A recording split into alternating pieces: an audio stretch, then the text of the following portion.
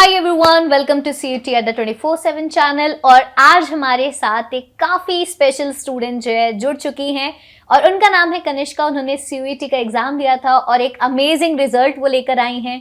तो मिलवाते हैं हम कनिष्का से। कनिष्का, अपने बारे में थोड़ा बताइए। Hello ma'am, my name is Kanishka and I was in School of Specialized Excellence, Sector 17 Rohini. And for CUT I opted for English, Political Science, History, Geography and I also gave CAT exam. Okay, nice nice. तो मैं एक बार जो है कनिष्का का result आप सभी के साथ शेयर करना चाहूँगी। सो कनिष्का के इंग्लिश में 99.38 परसेंटाइल है, ज्योग्राफी में 99.50, हिस्ट्री में 99.94, पॉलिटिकल साइंस में 99.60 एंड GAT में 95.20। सो कनिष्का, इतने अच्छे मार्क्स लाकर कैसा लग रहा है? मैम बहुत अच्छा लग रहा है। ऐसा लग रहा है जो मेहनत मैंने करी वो फाइनली रंग लाई, थोड़ा उसका रिजल्ट मिला मुझे। एग्जैक्टली। तो ये एक्सपेक्टेड था या फिर एकदम से सरप्राइज मिला कि हाँ इतने अच्छे मार्क्स मेरे कैसे आ गए? मैम सच बताऊं तो I was very tense during CUT because preparation में ही मुझे ही बहुत ज्यादा लो कॉन्फिडेंस फील हो रहा था that I don't know anything. Like अगर मैं कोई भी मॉक भी देने जाती थी ना, सो आई यूज्ड टू शिवर कि मतलब पता नहीं कैसे आएंगे। पूरा 1 घंटा बैठ के वो मैं दे रही हूँ और मेरा दिमाग कहीं और ही चल रहा है। So I was very tense, but मेरे पेरेंट्स का बहुत ज्यादा सपोर्ट रहा। लाइक मुझे बीच में थोड़ा अटैक्स भी आ गए, मतलब क्या होगा करके, but my parents calmed me down and तभी मतलब जो भी हुआ, जितना भी मैंने कामली दिया, माय ब्रदर, माय पेरेंट्स, उनका ही सपोर्ट था कि मैं जब गई वो एग्जाम देने, so I was so calm that I did not even think कि मेरा CUT का एग्जाम है जो मेरे को मेन देना है। so मतलब उस टाइम पे तो था मेरे को थोड़ा कॉन्फिडेंस कि अच्छा गया है जब मैंने एग्जाम दिया। फिर मैंने जब रॉ स्कोर कैलकुलेट करा था अपना, तो था ही मतलब 930 आया था मेरा रॉ स्कोर बन के। सो मतलब बेस्ट 4 सब्जेक्ट्स का। So I was very happy, but वही था, मैंने थोड़ी सिली मिस्टेक्स करी हैं। लाइक 20 मार्क्स तो मैंने अपनी ही वजह से कटवा लिए अपने, तो उसका मेरे को थोड़ा सा था, बट आई नो कि 930 बहुत अच्छा स्कोर है। So I was very happy. My parents were way happier than me because they knew मतलब कितना अच्छा स्कोर है ये। देखो यार, तुम सब सोच रहे होगे कि कनिष्का इतनी टेंशन क्यों ले रही थी। तो मैं एक बात बताना चाहूँगी कि कनिष्का जो है SOSC स्कूल से है, तो उनका जो है दिल्ली का अलग से जो है उनकी बुक्स वगैरह रहती है, उनका सिलेबस अलग से रहता है। तो उन्होंने CUT की तैयारी एकदम एंड में स्टार्ट करी थी। पूरे साल उन्होंने NCERT किताबें जो है एज सच इतनी नहीं पढ़ी थी। फिर भी मतलब ये एक मतलब इतना इंस्पायरिंग जर्नी है कि इतनी एंड में भी जो है उन्होंने पढ़ाई करी और 99 परसेंटाइल वो लेकर आ पाई।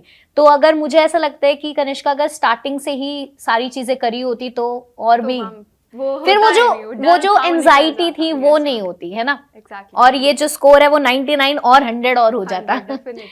तो फिर भी यार बहुत ज्यादा इंपॉर्टेंट है, बिकॉज मैंने देखा है पूरे साल बच्चों ने जितना पढ़ा है फिर भी वो इतना स्कोर नहीं कर पाए हैं। तो कहीं ना कहीं मुझे ऐसा लगता है कि स्ट्रैटेजी में कोई कमी रह जाती है जिसकी वजह से नहीं हो पाता है। तो कनिष्का, मैं जानना चाहूंगी कि तुम्हारी स्ट्रैटेजी क्या थी कि जो तुमने इतने कम टाइम में CUT स्कोर इतना अच्छा लेकर आ पाया? Ma'am my main strategy was first to read the NCERT because I had never read NCERT in the whole 2-3 years। So सबसे पहले जैसे मैंने पॉलिटिकल साइंस से स्टार्ट करा, सो मैं क्या करती थी, अगर स्टार्टिंग की जो मेरी बेसिक स्ट्रैटेजी थी उसको मैंने चेंज भी करा बाद में, क्योंकि आई न्यू कि वो गलत है। I started making notes, but the problem was जो मैं notes बनाती थी they were equal to the length of the chapter, so they were not the notes which I wanted or which I needed। so starting में पोल में तो मैंने ऐसे करा, and political science is a relatively easy subject, तो वो मेरा easily हो गया complete, and मेरा interest भी उसमें सबसे ज्यादा है क्योंकि मुझे honors भी political science में ही करनी है।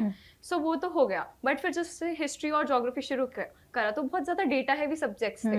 so उसके अंदर फिर मैंने क्या करा कि जैसे हिस्ट्री मैंने स्टार्ट करा, first I divided the chapters कि मेरे इतने चैप्टर्स दोनों में हैं एंड मेरे पास इतने डेज बचे हैं। मैं 7th ही मान के चल रही थी जो ओरिजिनल डेट थी किससे स्टार्ट होंगे। so फिर मैंने उन चैप्टर्स को डिवाइड कर लिया और उसमें मैंने मिक्स करके करा ताकि एक ही सब्जेक्ट पे अगर मैं करने लग गई तो फिर बहुत ज्यादा बर्डन आ जाएगा, मेरे को याद भी नहीं रहने लगेंगी चीजें। तो फिर मैंने उनके भी फिर नोट्स ही बनाए।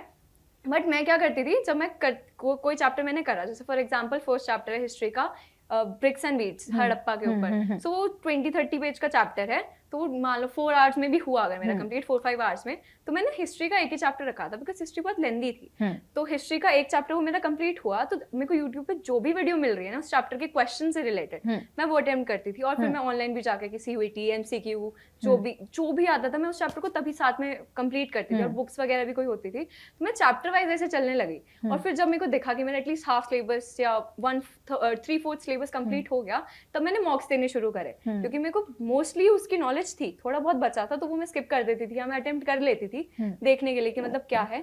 तो तब मैंने फिर मॉक्स देने शुरू करे। लाइक मैं I was very late in starting to give mocks. At least you gave. That's true. But मैंने मई से स्टार्ट करा मॉक्स देना ही, क्योंकि मेरा सिलेबस ही बहुत पेंडिंग था उस टाइम पे भी। तो मई में मैंने स्टार्ट करा मॉक्स देना पॉलिटिकल साइंस का, क्योंकि मेरा सिलेबस कंप्लीट हो गया था, 20 से ही कर लिया था, अप्रैल 20 से ही हो गया था, तो फिर मैं रोज एक ना एक पोल का तो दे ही देती थी मॉक। तो कुछ सिमिलैरिटी थी सिलेबस में? मैम वहीं से उठ के आ जाता था मॉक से ही डायरेक्ट क्वेश्चन। नहीं मॉक से नहीं, जो आपका बोर्ड में। हाँ ma'am similarity, the concepts were similar, but because NCERT का अलग तरीका होता है बताने का, दिल्ली बोर्ड का अलग था, क्योंकि जैसे हमारा जो उसमें पॉलिटिकल साइंस में चैप्टर भी है जो नेबरिंग उनके स्टेट्स के बारे में, जैसे नेपाल का था, सो नेपाल का उसके अंदर इतना सा पोर्शन उसमें बस नेपाल की डेमोक्रेसी का जो पूरा वो चला था उसके बारे में था। हमारे उसके अंदर हमने नेपाल की हिस्ट्री पढ़ी, किंग्स किंगडम्स जो भी आए, तो मतलब कुछ भी याद ही नहीं था क्योंकि वो डेटा ही इतना ज्यादा था। एंड क्योंकि हमारा जो कॉन्सेप्ट था दिल्ली बोर्ड में वो ये नहीं था कि जो इन्फॉर्मेशन है वो आपको याद करनी है और वो आपको पेपर में लिखनी है। Arts was more critical thinking. So जो आते भी थे क्वेश्चंस, उसके अंदर आप कुछ सोच के भी नहीं जा सकते कि क्या आएगा। तो वहीं पे जो क्वेश्चन है जैसे डिसएडवांटेजेस एडवांटेजेस ये सब आता है CBSE के अंदर, पर हमारे अंदर क्यों हुई वो चीज, वो हुई तो क्या हुआ, उसका इम्पैक्ट क्या हुआ, तो उसमें हम लोग पेपर में ही बैठ के सोच सकते थे क्रिटिकली थिंक करके। तो उसमें MCQs वगैरह नहीं आते? उसमें MCQs हाफ आए थे, लाइक जो 12th में एग्जाम था उसमें 10 MCQs थे, 10 रिटन थे, पर वो रिटन ही 150-200 उसके वर्ड्स के होते थे। एंड वो एसे बेस्ड, मतलब more like UPSC type of kind of essays थे। 8 9 10 क्वेश्चंस, 12 क्वेश्चंस हो गए, रिटन क्वेश्चंस होते वो, तो उसके अंदर बहुत सोच समझ के आपको लिखना पड़ता, बिकॉज यू डोंट नो कि कैसे क्वेश्चन आएंगे। और वो क्वेश्चन डायरेक्ट आ भी नहीं सकते आपके हैंड आउट से, क्योंकि हमारा हैंड आउट अलग होता था, हमारे NCERT जैसा नहीं होता था। वी हैड यूनिट्स देन सब यूनिट्स, एंड हमारे बोर्ड के अंदर तो ग्रेजुएशन के लेवल के भी टॉपिक्स थे, हमें पढ़ाए 11th में ही पढ़ाए थे, जैसे हॉब्स लॉग जो होता है वो फर्स्ट ईयर में पढ़ाया सारी आइडियोलॉजीज। हमारा फर्स्ट चैप्टर ही वो था 11th के अंदर, जो हमने फर्स्ट चीज पढ़ी। तो arts is kind of a mix, और उसके अंदर भी क्रोनोलॉजी काफी डिफरेंट थी। जैसे हिस्ट्री में हमारा जो बोर्ड ने फॉलो करा था पैटर्न वो था ancient history, medieval history, modern history. CBSE में तो is India and world. So India जो थी हम लोग आधी पढ़ चुके थे, पर हमें 11th याद नहीं थी, और वो भी अपनी उन्होंने एक्स्ट्रा इन्फॉर्मेशन जो दी, मेसोपोटामिया भी पढ़ा हमने, वो सब मिक्स हो जाता सारी था, civilization तो कुछ नहीं याद रहता था। तो 12th में अलग से जो पढ़ा, फिर उसके बाद एंड में जब हमारे मार्च में एग्जाम्स हुए फाइनल, उसके बाद फिर NCERT पे पूरा फोकस रहा। क्योंकि तो दिन में कितने घंटे पढ़ते थे, क्योंकि सिलेबस बहुत ज्यादा था? मैम स्टार्टिंग में तो बहुत, जब मैं लीनियंट थी तो मैं 5-6 घंटे पढ़ लेती थी, तब भी एंड में मैं 12-12 14-14 घंटे भी पढ़े हैं हिस्ट्री और ज्योग्राफी जब मेरे को करनी थी कवर। और ऐसे भी 16-18 घंटे भी, जैसे अगर मैं 4 बजे सोई, मैं 10 बजे उठ रही हूँ, 11 बजे पढ़ने बैठ जाओ, फिर बस एक खाने के लिए ब्रेक, बाकी पूरे दिन फिर पढ़ाई करो। ये था, क्योंकि सिलेबस तो कवर करना ही था भाई। Struggle is real, but I believe वो तुम्हारे पास डबल नॉलेज है, ये भी है वो भी है, बट एक स्ट्रेस वाला फैक्टर एक आ गया। प्रॉब्लम आ गई थी कि मतलब आई न्यू, जैसे हमारे उसमें सब्जेक्ट्स भी एक्स्ट्रा भी थे, जैसे main English, history, political science, geography तो था ही। उसके बाद हमारे पास 2 एक्स्ट्रा सब्जेक्ट्स थे, IDS इंटरडिसिप्लिनरी स्टडीज और लीगल स्टडीज या मास मीडिया, हमारे पास ऑप्शन था। तो हमने वो अलग पढ़े, तो उनके अलग कॉन्सेप्ट्स थे, वो भी फिर हमारे दिमाग में है। तो हमारा दिमाग ऑलरेडी सैचुरेटेड बहुत ज्यादा था, तो पहले हमें वो इन्फॉर्मेशन निकालनी पड़ी। अभी ये यूज निकालने के लिए क्या किया? निकालने के लिए NCERT याद करी वो तो खुद ही निकल गई, थैंकफुली ज्यादा उस पर फोकस नहीं करना पड़ा। बट वही है कि जिस कुछ चीजें थी जो आई काम, जैसे हमारे उसमें ज्यादा प्रेजेंटेशन या बच्चे पढ़ाएं उस पर ज्यादा फोकस करा जाता था। तो कोई कॉन्सेप्ट होता था जो मैंने ही पढ़ा है तो मुझे अच्छे से याद था, जैसे इमरजेंसी वाले चैप्टर में जो पूरा इकोनॉमिक कॉन्टेक्स्ट था वो मैंने ही पढ़ाया था, मेरा ही वो आया था, तो मेरे को वो पढ़ना भी नहीं पड़ा NCERT से, वो मेरे को इतना बाय हार्ट याद था। पर वो कुछ ही पोर्शंस थे ऐसे जो हुए, तो उसमें थोड़ा फिर हो गया था कि चलो एटलीस्ट वो तो मेरे काम आए। और आगे भी जैसे आइडिया जो था सब्जेक्ट वो काफी यूजफुल सब्जेक्ट था, सीयूटी के पर्सपेक्टिव से नहीं, लाइफ के पर्सपेक्टिव से, बिकॉज उसमें हमने इतनी अलग अलग चीजें पढ़ी, जेंडर के बारे में पढ़ा, different types of gender, taxation system, AI, so जो नए इमर्जिंग टॉपिक्स हैं वो हमने उसमें पढ़े, तो फिर वो बाद में काम आएंगे, अभी नहीं आए, बट वो यूजफुल बहुत थे। मतलब हर चीज इज नॉट अबाउट मार्क्स और हर चीज is not about exam, practicality भी बहुत मैटर करती है, तो उसके अंदर हमने वो एक्स्ट्रा चीज गेन करी। प्लस हमारा जो करिकुलम था, जो SOSCs खुले वो थे, they were focused on specialisation of the streams, so हमारा ह्यूमैनिटीज का था, तो ह्यूमैनिटी फोकस भी एक्टिविटीज होती, जैसे MUN हुआ था 11th में, we went to Vidhan Sabha for that, वहाँ पे हमारा 2 day MUN ऑर्गेनाइज करा दिल्ली गवर्नमेंट के अंडर ही, तो लाइक वहाँ पे जो स्पीकर सर थे उन्होंने हमें अवार्ड भी दिया, जो वहाँ पे डायरेक्टर ऑफ एजुकेशन थे Himanshu sir, he was also present, Adarshi ma'am also the CM at that time, she also was present in that, so मतलब उस एक्सपोजर काफी अच्छा मिला। तो मतलब अगर जो भी बच्चे आगे कंफ्यूज हो रहे हैं कि सीयूटी में कॉलेज को ज्यादा प्रेफर करे या कोर्स को प्रेफर करे, तो आप you will go for course, definitely, है ना, कि चाहे मतलब कॉलेज एक बार को दूसरा भी हो जाए नॉर्थ कैंपस में, but course is very important, because college का वही हो जाता है ना, काफी लोग रिग्रेट करते हैं कि जैसे मेरे उसमें भी बीटेक वाले भी होते हैं, तो वो अच्छे कॉलेज के लिए बिल्कुल ऐसा कोर्स ले लेते हैं जिसकी इंपॉर्टेंस ही नहीं है, जैसे कंप्यूटर साइंस लिया, मैकेनिकल ले लिया, केमिकल ले लिया, फिर उसके बाद पता नहीं उनको नहीं पता क्या करना है, फिर वही प्रॉब्लम आ जाती है। अब कुछ का होता है कि कॉलेज ही ज्यादा इंपॉर्टेंट है तो कोई भी कोर्स मिल जाए, बट फ्यूचर से के उससे देखे तो कॉलेज आपको नौकरी नहीं दिलाएगा, विजन बिल्कुल एकदम स्ट्रांग होना चाहिए कि मुझे करना क्या है, और उसके अकॉर्डिंगली हमें कोर्स को ज्यादा प्रेफर करना चाहिए। Definitely, because in the end बैठ के 4 साल कॉलेज तो कुछ नहीं करवाना है, कोर्स तो आपको पढ़ना है, आपको इसमें मार्क्स लाने हैं। कॉलेज का इंफ्रा चलो एक दिन देख लोगे, 2 दिन देख लोगे, उसके बाद तो फिर यही है जो आपके करियर को आगे लेके जाएगा कोर्स। एग्जैक्टली, बिल्कुल राइट।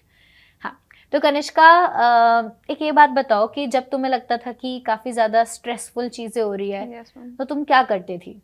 मैम मैं सबसे पहले तो जैसे अगर मैं पढ़ रही थी, मेरे को दिख गया कि मैं नहीं पढ़ पा रही, साइड में रखो इसको, जैसे मेरा भाई है, मेरी मम्मी है, उनसे थोड़ी देर में बात कर लेती थी पढ़ाई के अलावा कुछ, ताकि उससे थोड़ा ध्यान डिस्ट्रैक्ट हो जाए। नहीं तो उसके अलावा जो मतलब मेरे को चीज अच्छी लगती थी, जैसे मेरे को टीवी IPL चल रहा था उस टाइम पे, तो एक मैच के हाईलाइट्स देख ली, या फिर कोई वीडियो आ रखी है तो वो देख ली, जो मेरे को अच्छी लगती थी चीजें, जिनसे पता है मेरा ध्यान थोड़ा डाइवर्ट हो जाएगा, तो फिर मैं वो देख ली थी थोड़ी देर। उसके बाद थोड़ी देर फिर अपने आप को वो देख लिया मैंने, जैसे आधा घंटा भी चलो लगा दिया, एटलीस्ट वो आधा घंटा मैं वेस्ट नहीं बोलूंगी, बिकॉज मैं वो पढ़ जो रही थी 1 घंटे से, वो मैं पढ़ भी नहीं पा रही थी, तो उस आधे घंटे ने मेरे को रिफ्रेश कर दिया, फिर मैं वापस पढ़ती थी, या फिर अगर मैं पढ़ भी नहीं पाती तो मैं फिर मॉक दे देती थी कि चलो मैं कुछ तो प्रोडक्टिव कर रही हूँ, और उसमें मेरे अभी मन नहीं है पढ़ने का, कभी कभी दिन ऐसे होते हैं कि जब मन नहीं करता, तो उसमें एटलीस्ट मॉक्स दे दो, आप कोई क्वेश्चंस अटेम्प्ट कर लो, तो वो क्वेश्चंस भी आपको क्या पता कब बाद में काम आ जाए, तो फिर मैं उसको उस टाइम पे पॉज करके फिर मैं कोई और एक्टिविटी करने लग जाती, फिर थोड़ी देर बाद खुद ही हो जाता है कि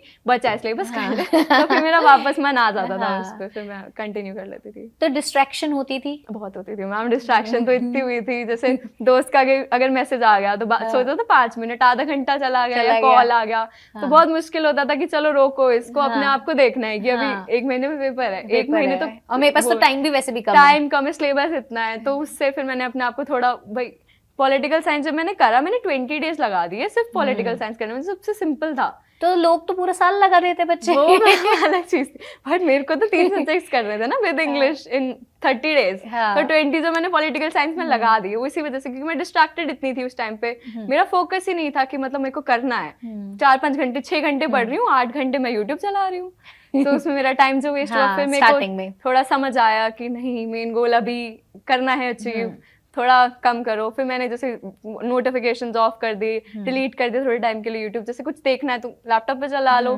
उसमें सिर्फ एक आईडी बना लिया अलग से, जिसमें था ही नहीं कुछ और सब्सक्राइब, सीयूटी से रिलेटेड ही था, तो फिर वही आएगा, तो उसमें पढ़ने का ही था, एल्गोरिथम के ऊपर वर्क किया कि मैं डिस्ट्रैक्ट ही ना हो पाऊं। ये भी अच्छा ऑप्शन है, अगर आप सब लोग डिस्ट्रैक्ट हो रहे हो तो एक अलग साइड ही बनाओ जिसमें सारी पढ़ाई और मोटिवेशन वाली चीजों को जो है सब्सक्राइब करो, तो इससे जो है बस वही आएगा, फिर उससे डिस्ट्रैक्शन भी कम हो गए खुद से। ये तो है, बहुत सही बहुत सही बहुत सही। तो मैं एक और बात बताना चाहूंगी कि कनिष्का के 1250 में से 1000 के अबव स्कोर आ रहा है, जो कि काफी कम बच्चों का आया है, तो ये भी एक बहुत बड़ी बात है कि इतने कम टाइम में प्रिपरेशन करके भी 1250 में से 1000 से अबव जो स्कोर यहाँ पे कनिष्का लेकर आई है। तो कनिष्का मतलब कि जो भी बच्चे हमारे अभी आपके जूनियर्स है, अब अगले साल सीयूईटी देंगे, क्लास 12th में आए हैं, तो मतलब उनके लिए क्या आप बेस्ट एडवाइस देना चाहोगे? मैम उनके लिए मैं बेस्ट एडवाइस दूंगी, जो मैंने करा वो मत करना, एंड के लिए छोड़ना, बिकॉज उसमें स्ट्रेस मैंने तो थोड़ा कर लिया कोप अप, बट हर बच्चा नहीं कर पाता।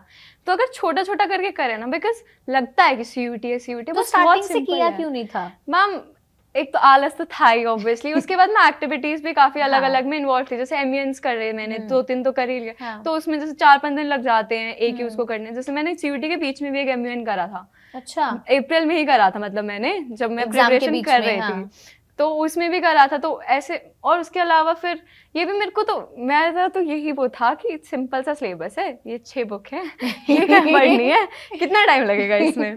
बट जब मैं पढ़ने बैठी तब मेरे को रिग्रेट बहुत हुआ, मतलब मेरे पेरेंट्स ने भी बोला कि अभी जो तू इतना ले रही है स्ट्रेस, तेरे को लेना नहीं पड़ता अगर तू स्टार्टिंग से करती।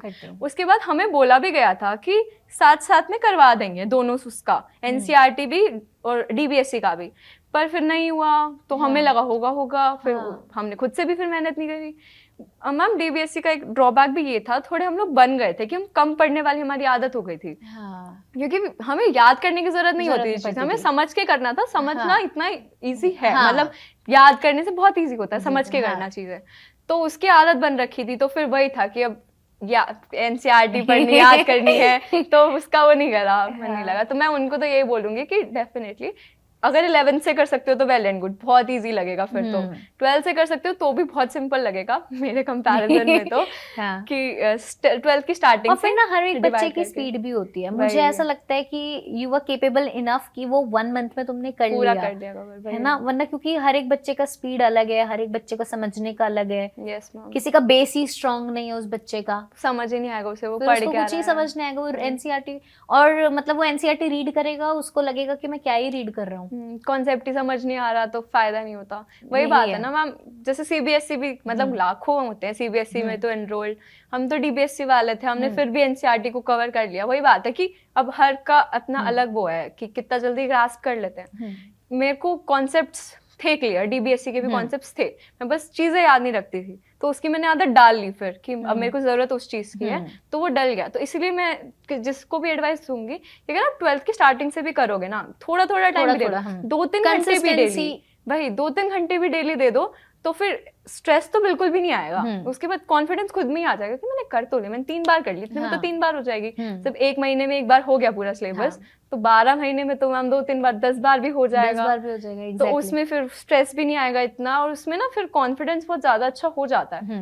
तो अगर आप अपने आप को नहीं कर सकते ना कि एग्जाम के स्ट्रेस के चक्कर में कि क्या होगा एग्जाम का क्या होगा, तो एंड मोमेंट में तो छोड़ना ही नहीं चाहिए, क्योंकि उस एग्जाम में जाके और फिर बुरा हो जाएगा, जो आता होगा फिर वो भी भूल जाते हैं। तो अगर स्टार्टिंग से रेगुलरली होता रहे ना, प्रैक्टिस होती रहे, कॉन्सेप्ट याद करते रहो, चीजें याद करते रहो, डेटा स्पेशली, जैसे ज्योग्राफी तो वेरी डेटा है सो उसमें ऐसे उनको थोड़े बात के लिए, जैसे पॉलिटिकल साइंस में इतना डेटा नहीं है, तो अगर किसी को कवर करना है, ईयर्स मैम वो हो जाते हैं, कनेक्ट करके हो जाते हैं, क्रोनोलॉजी है ना, हाँ, कि पहले क्या आया क्या आया, एक डेट याद कर ली, उसके आसपास क्या क्या था, तो उसके फिर भी वो लॉन्ग टाइम के लिए याद रह जाता है, डेटा नहीं रहता। तो उसमें फिर जैसे जो सब्जेक्ट्स हैं उसके बेसिस पे भी डिवाइड कर लें, जैसे मेरे पॉलिटिकल साइंस, हिस्ट्री, ज्योग्राफी थे, सो पॉलिटिकल साइंस अगर कोई पहले 2-3 महीने में भी कवर कर ले और फिर वो लास्ट मंथ में रिवाइज करे ना, तो बहुत जल्दी याद आ जाएगा उसको।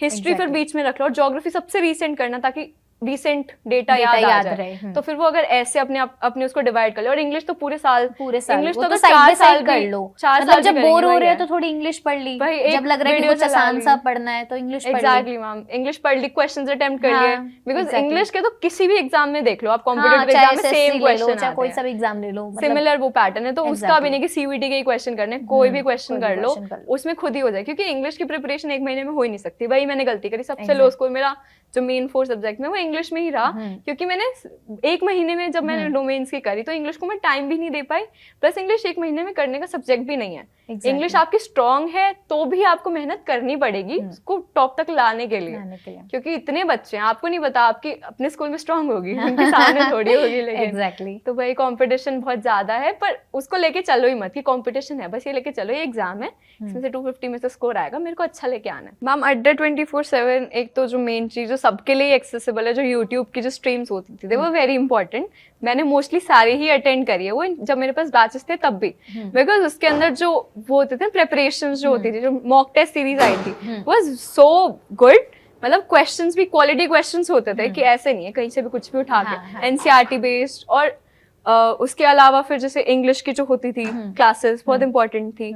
उसके बाद जैसे मेरे पास बैच भी था, डेल्टा बैच था, तो उसके जो मॉक्स थे वो लगते बहुत टफ थे, but in the end paper भी उसी लेवल का आया। सो उसके अंदर जब मेरा स्कोर जैसे स्टार्टिंग में मैंने जब देना शुरू करा, इंग्लिश का बहुत लो था, 200 के भी नीचे जा रहा था, बाद में धीरे धीरे बढ़ा, तब कॉन्फिडेंस भी बढ़ा कि मैं इतना मुश्किल भी अच्छे से कर पा रही हूँ। सो मॉक्स बहुत अच्छे थे, प्लस जो वीडियोज भी होती थी। अब जैसे लाइव सेशन तो मैं नहीं अटेंड कर पाई, मैंने बाद में थोड़ा ज्वाइन करा था, तो वीडियो भी फिर मैं अपनी पेस पे, जैसे जो मेरे को कॉन्सेप्ट मुश्किल लग रहा है फिर मैंने वो कॉन्सेप्ट देख लिया एक बार, तो वो जल्दी ग्रास्प हो गया मुझे। ऐसे भी जैसे इंग्लिश के अंदर मेरे को कुछ एक्टिव पैसिव उन सब में थोड़ी उनमें प्रॉब्लम आई, क्योंकि मैं भूल गई थी कि क्या कॉन्सेप्ट था। तो लिटरली एक दिन अगर मैं लगाऊं उस पे 10-12 उसकी 1 आवर की वीडियोस हैं, पूरा मेरा कॉन्सेप्ट बेस क्लियर हो जाएगा। सेम उसके अंदर था, बस क्योंकि चैप्टर ज्यादा थे तो 2-3 दिन लग जाएंगे अगर किसी को करना हो तो मतलब वही बात है कि 1 घंटे 2 घंटे में पूरा चैप्टर अगर हो पा रहा है, मतलब वो बहुत अच्छी चीज है। मतलब आप अपनी पेस पे जो है पढ़ाई कर सकते हो।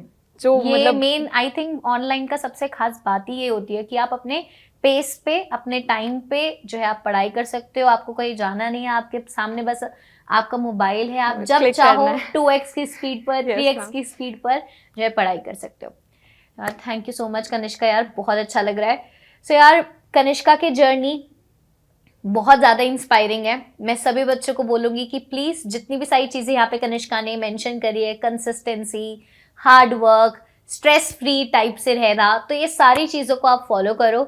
और आई होप कनिष्का जो तुम्हारा सपना है हिंदू जाने का वो जो है पूरा हो जाए, है ना। तो जब पूरा हो जाएगा कनिष्का का सपना तो वो हम आपके साथ शेयर करेंगे, तब भी जो कनिष्का अगले महीने जो हमारा सेलिब्रेशन होगा, है ना, तो उसमें भी ज़रूर आना है आपको, है ना। ओके, तो आज के लिए इतना ही। तो आपको कैसी लगी कनिष्का की जर्नी, do let us know in the comment section. All the very best, bye bye.